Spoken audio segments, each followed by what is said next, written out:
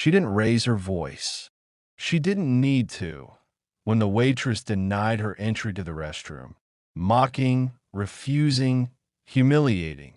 No one knew they were looking at the woman who owned the entire building.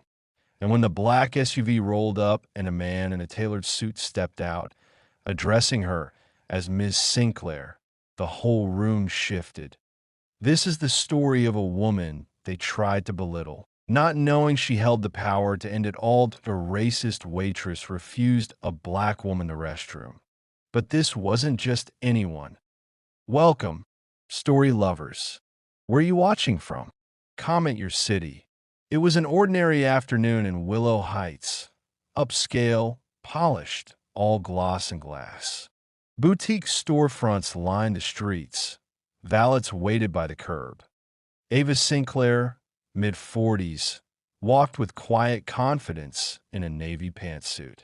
Unassuming, not flashy, just another woman on her lunch break, or so they thought. What they didn't know, Ava owned the tech empire behind half the district's security systems. She didn't wear her power on her sleeve. She preferred to watch how the world treated her when they thought she was nobody. After a discreet investor meeting, Ava stepped into a trendy cafe she'd never visited before. Inside, soft jazz played. Laptops glowed. She approached the counter. "Excuse me, may I use your restroom?" The waitress looked her up and down. "Restrooms are for paying customers only," she said flatly. Ava smiled politely. "I'll be dining in shortly." "You can wait," the woman said, folding her arms. The room shifted, barely, but noticeably. Some glanced up. Others pretended not to see. Ava stood still, calm. Behind her, a white couple walked in, also not yet seated.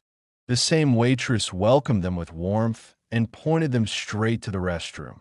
They passed by Ava awkwardly. No one said a word.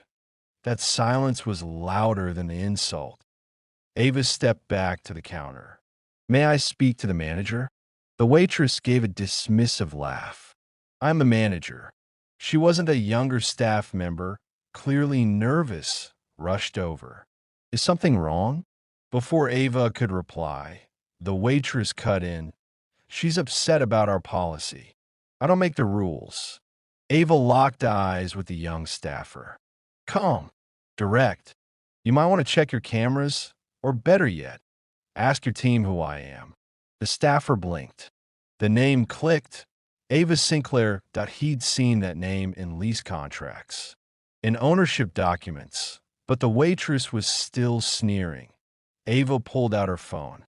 "You're leasing this space from one of my companies. I wanted to see how people are treated when they think you don't matter." Then she tapped a contact. "Paul, pull the lease file on this cafe. Meet me here." Moments later, a black SUV pulled up. A tall man in a suit stepped out, carrying a folder. He entered and addressed her with a respectful nod. "Ms. Sinclair, the documents are ready. Shall we proceed?" Gasps.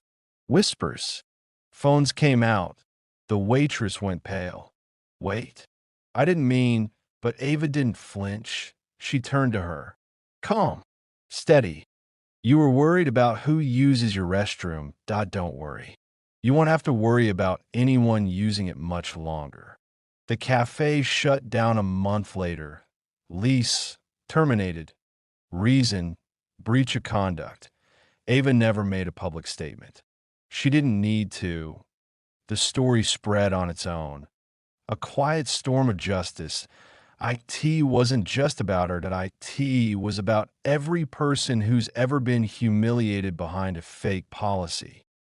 And she kept doing it, walking into rooms unannounced, unnoticed, unknown, by choice. Because how someone treats you when they think you're powerless, that reveals everything. This wasn't revenge. This was justice. Serve silent. Serve cold. Served with purpose